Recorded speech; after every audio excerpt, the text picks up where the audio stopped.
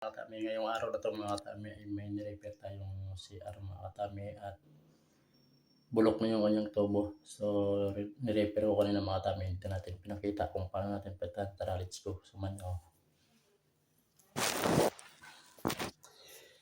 At tapos na nga natin ito palitan ng tubo mga katami. Balik naman natin yung kanyang tiles.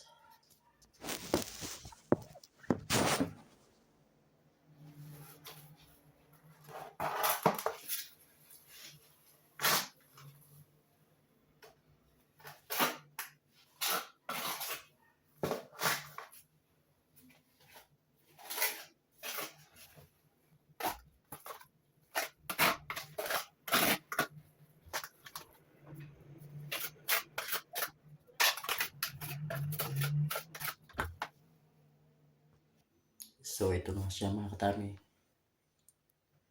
At ibabalik na natin yung tiles.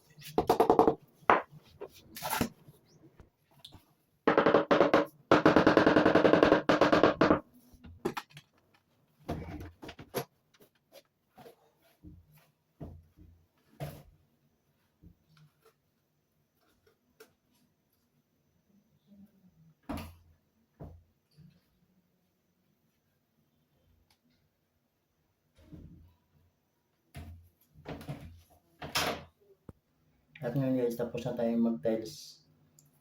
Plus naman ang ating gagawin. Ayan, ikakabit na natin.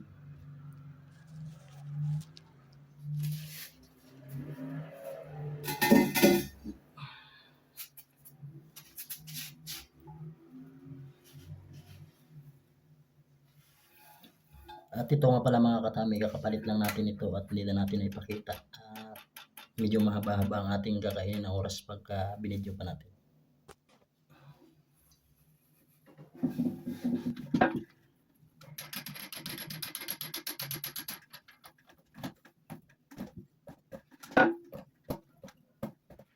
Natin ng konti.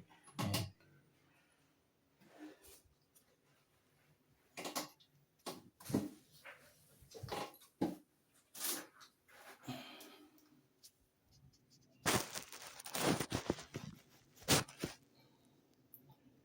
At dito natin sa loob pihitin mga katami dahil medyo pikiti yung silalim, kaya dito tayo magigit sa loob.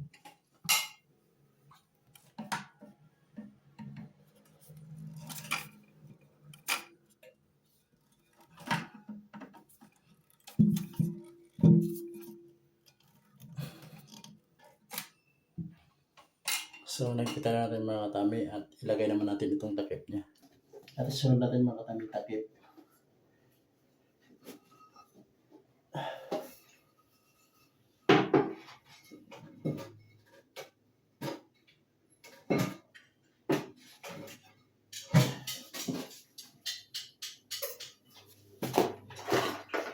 So, pag sumubra ang ating takip mga katami, dito lang natin putulin.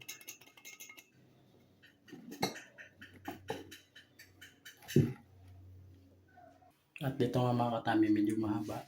Hindi pa natin pinipindot, tumutusok na dito. Kaya kailangan natin putulan ito.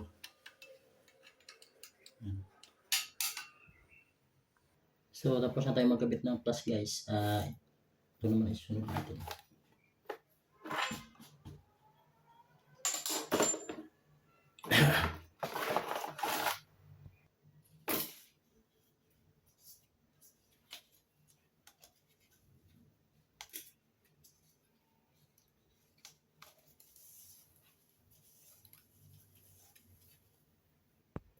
At ito ang ating susunod guys, maglalagay muna tayo ng grapo.